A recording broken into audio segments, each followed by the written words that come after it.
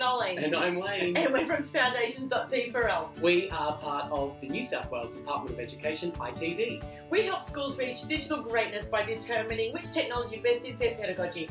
We help teachers use technology as a tool for teaching. And we work with school leaders to determine their ICT vision for their school. We also work with students to help them use technology as a tool for learning. For more information to foundations.t4l, please click on the link in the down below. Yeah, just down below there. Or if that's too hard, you can always email us at foundations.t4l@det.nsw.edu.au. Yeah! Hey friends, so the app we're learning about today is Tayasui Blocks. It's $3.99 in the App Store. It can be purchased as part of the Tayasui suite. The app lets you build items in 3D, and then it also lets you place them in the real world through augmented reality. So let's dive in. The app is really easy to find. It's called Blocks. You can see it highlighted on the screen here. Now, I know where mine is in my iPad, but of course, if you can't find yours on your iPad, just swipe down from the top. You can start to search for Blocks, and then it will appear. So there it is, just there. And what we'll do is, as soon as you open that, you come onto this screen here. Now, down on the left-hand side, there are a couple of different options, which we'll explore a little bit later. So you've got Featured, Popular, and Explore, and that comes from other users submitting their blocks. But we're just going to tap on this button to click New. And you'll see that once you open up, you'll land on this blank slate with the grid design on it. And it's basically a blank canvas for you to start laying your blocks. Now up the top, we've got a range of tools that we'll explore in a moment. And down the bottom, we've got the creation and of course the destruction tools, as well as the color palette that runs along the bottom. So to run your color palette, you just slide along. You've got a range of colors to choose from there. Let's jump up and have a look at the tutorial first of all. You can see here, it gives you a brief explanation of each of those options along there, and if we swipe our way through, you can see that it gives you instructions on how to navigate within the plane as well, but I'll run you through that as well, showing you those examples. It also shows you again that beginning screen, just letting you know what's around and what you can do as you're exploring, the building and erasing, and of course children love some of the erasing features. Lets you know how you can colorize, and we will run through some of that today as well. And then this is the explore phase. My recommendation to you would be to ask students to explore at home, not at school, because this is going to be a tool for learning. Let's get stuck into it. The first option that we're going to look at is just laying our blocks. So we come down to the color palette and we select what we would like from down the bottom, and then we simply click on the screen to add them in. Now you can hear those noises, and you may wish to ask your students to mute.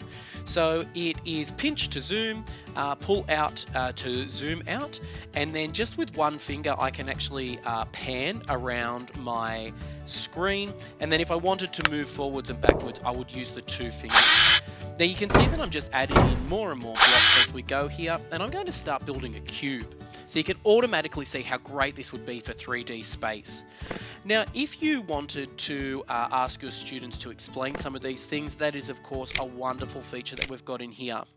Now you can do that, one of the best ways that students can do that is of course by using colour.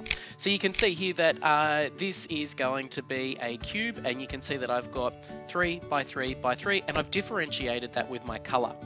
Now as we come along here, I can fill all of my blocks of a particular colour as well, so students don't have to go through and do that individually, although of course they can if that's something they would like to explore.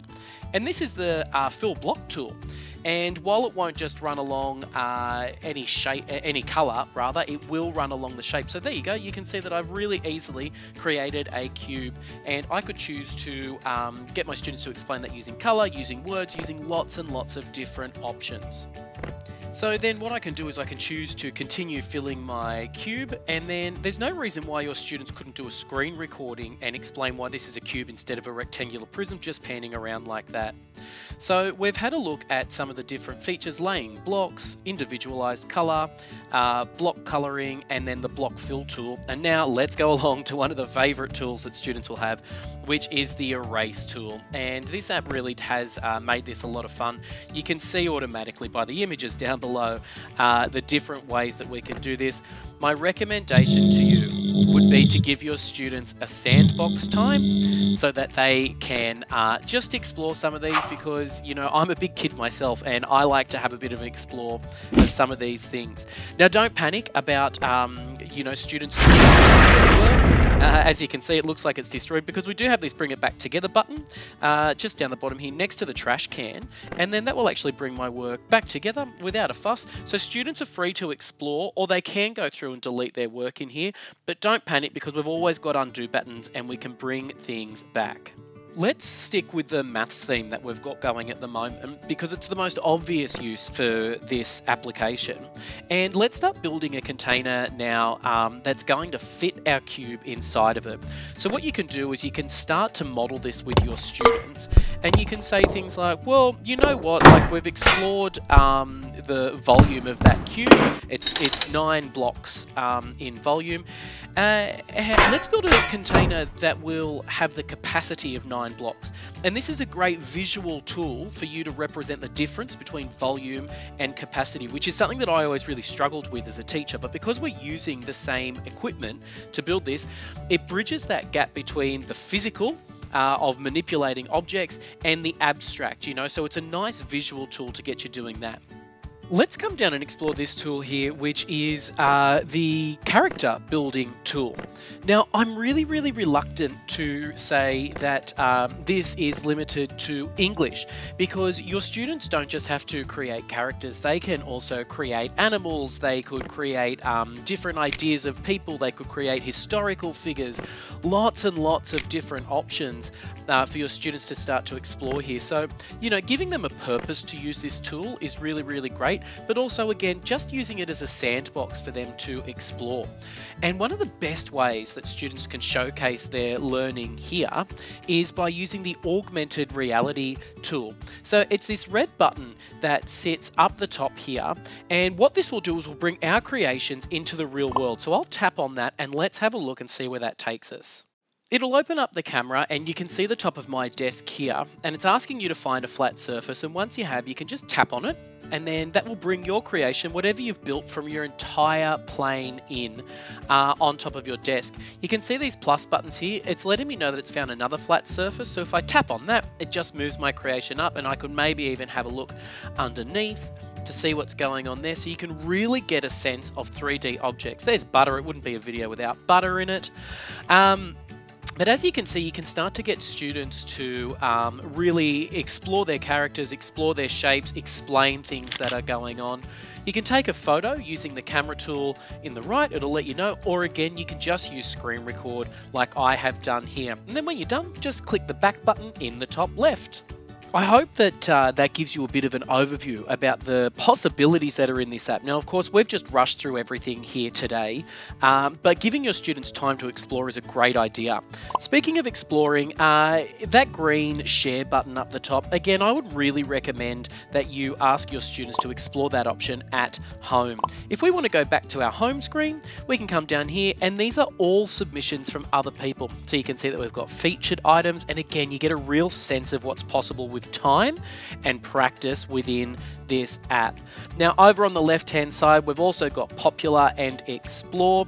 These are lots and lots of different options. As you can imagine, Minecraft features very heavily within this app. And the way that I like to explain this to teachers is it's got a hook automatically because of Minecraft, but it's Minecraft Lite. We don't need to learn control tools. We don't need to learn navigation tools. We're able to just jump in straight away. Again, if your students want to explore this at home, they can go through and do that.